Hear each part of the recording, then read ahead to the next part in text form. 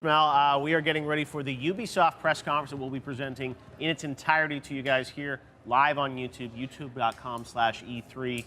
It's expected to run about an hour in length, a little bit shorter than previous Ubisoft press conferences, but there's going to be lots of great news there on Assassin's Creed, Far Cry, and some other announcements. And now joining me to talk about what we expect from Ubisoft, got Danny O'Dwyer, Rocco from Mega 64, Tina from Mashable, and Nick from Polygon. What's going on, guys? How you doing? All right. Well, we are here to talk Ubisoft. Yeah. We already have seen some of their games because we saw Assassin's Creed yesterday. They just announced Far Cry 5, which has been getting a lot of attention online. You know, they're always known for showing some big games and usually making like one or two big announcements of games that are coming in the future. Danny, how excited are you for Ubisoft? I'm like, that's what I'm sort of worried about and interested in is whether or not we're going to get that, right? Because there's so many nobles. Like, they're going to trot out Assassin's Creed and have probably a big gameplay demo of that. Yep. Far Cry 5, we'll hopefully see that, like, you know, Nintendo mashup Rabbids thing. Yep. What I want to see, though, is if they do pull something out of the woodwork, like a Splinter Cell or some, like, old franchise that we've not seen. Beyond Good and Evil finally returned. Right. Can you even do that now? They just need to say, oh, it's out now. Yeah. Like, here's the trailer, go buy it. I feel like they always, like, every year, even last year, like, they announced that Steep game. Like, they always have something they announced. The challenge sometimes is there are lots of leaks. People, you know, always are guessing what they're going to talk about. Rocco, you know, I remember back in the day, Mega 64 did quite the Assassin's Creed yeah, we did. Parody video. If you haven't seen it on YouTube, check it out. Yeah. What are you expecting from the French boys at Ubisoft? I'm honestly going into this just a little bit concerned. More than anything. I think the past 2 days I've seen a lot of disparaging comments about, you know, the state of digital influencers and, you know, just this whole negative image. And, you know, I myself am a digital influencer. And so I'm just trying to look out for us because when we talk about things, you know, people have to listen. Yeah. Like literally. And I'm trying to just make sure that image is preserved. So what I'm kind of hoping going into the conference today is they're going to have the digital influencers. They're going to get, iJustine is going to be back. You know, they're going to get, you know, Epic Meal Man and all those guys and just try to, you know, infuse some positivity. So there's so much salt. Yeah. As the original influencer, how do you feel about all these new influencers? Yeah. I pretty much think they're something else. You know, they're just, you know, just taking it to a whole nother level. You know, you got, I don't know if Tobuscus is coming back, but he's doing his thing. Hopefully. Remember back in the day when he hosted the Ubisoft? Yeah, and that's what I'm kind of hoping for. You know, we're going to roll the dice today, and hopefully, you know, he'll do some kind of crazy opening. It's a little musical number or something. Yeah, something like that. Because you know, we got to fill the, you know, kind of fill the void. Because I don't think Tina's believing you on any of this. What are you expecting, Tina?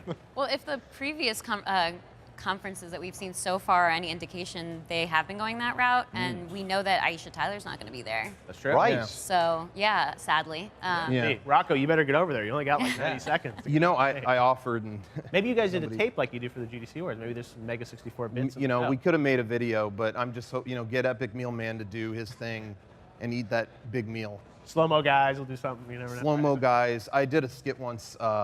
The fast-mo guys.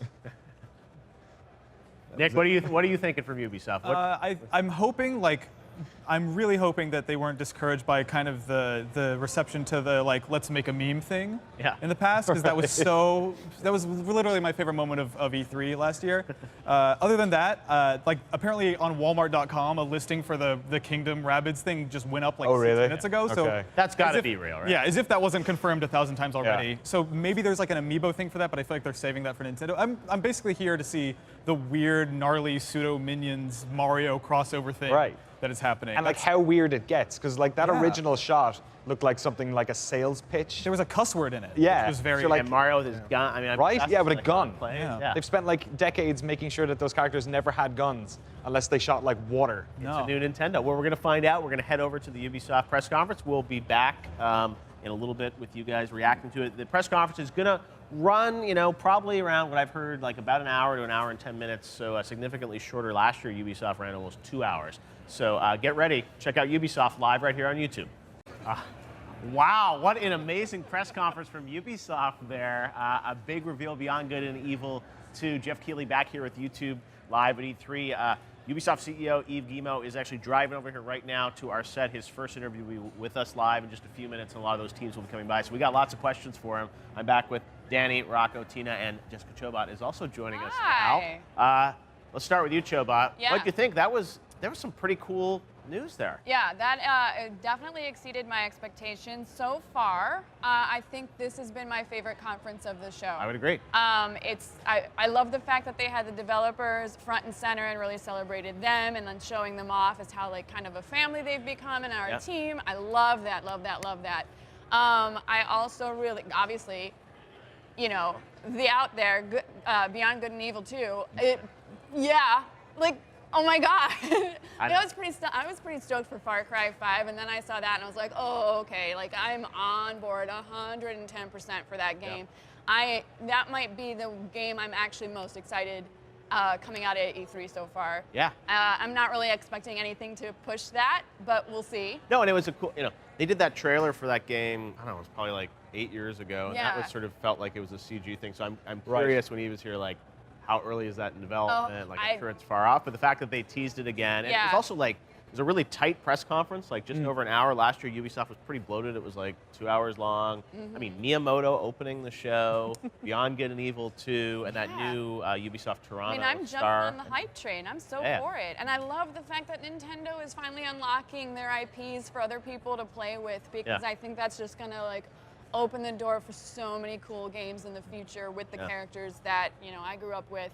And now I can like have my son come play with me now too. So I'm just really happy overall with that performance. Yeah. What'd you think, Tina?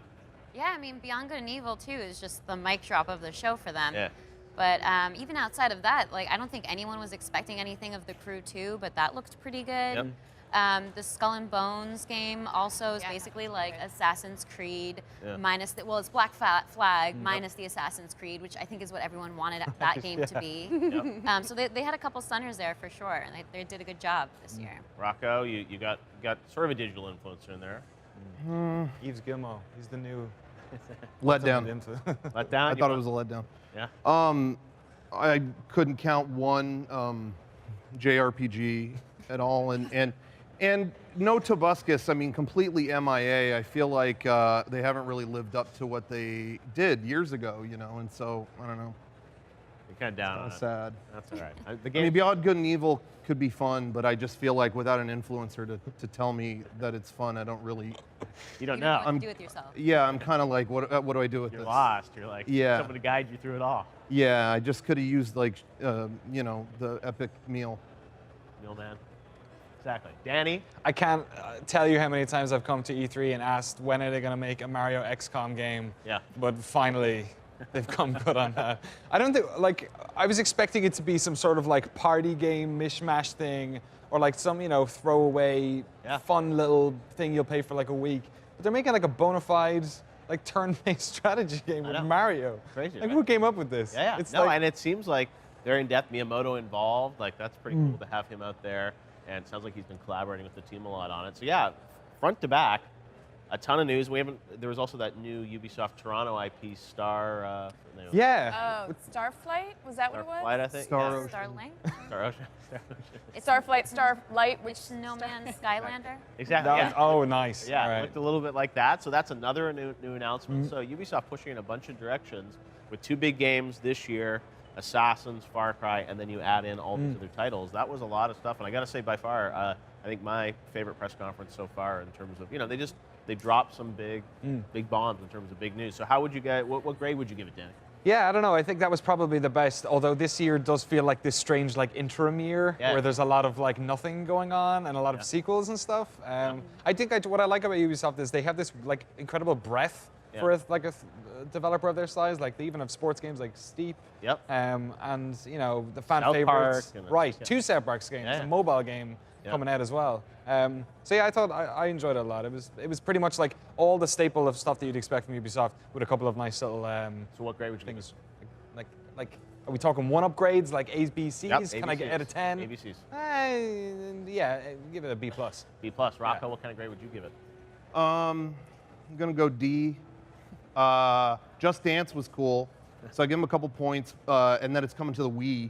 which is that was unexpected. That was the biggest surprise for me. But still no Cold Fear 2. We keep coming back every year, and they're not really, So, D from me. D from Rocco. Tina? Well, with the combination of the big surprises and some of those random other surprises too, like Elijah Wood's VR game. Oh, Tina's going to go higher, it sounds like. Yeah, it reminded me of like a Black Mirror episode, a very specific one, if you've seen it. But with those things considered and docking it a little for Just Dance, I'm sorry, I'm going to go against your opinion there. But I'll give it like an A-. That was really great. A-, yeah, all right. Jobot?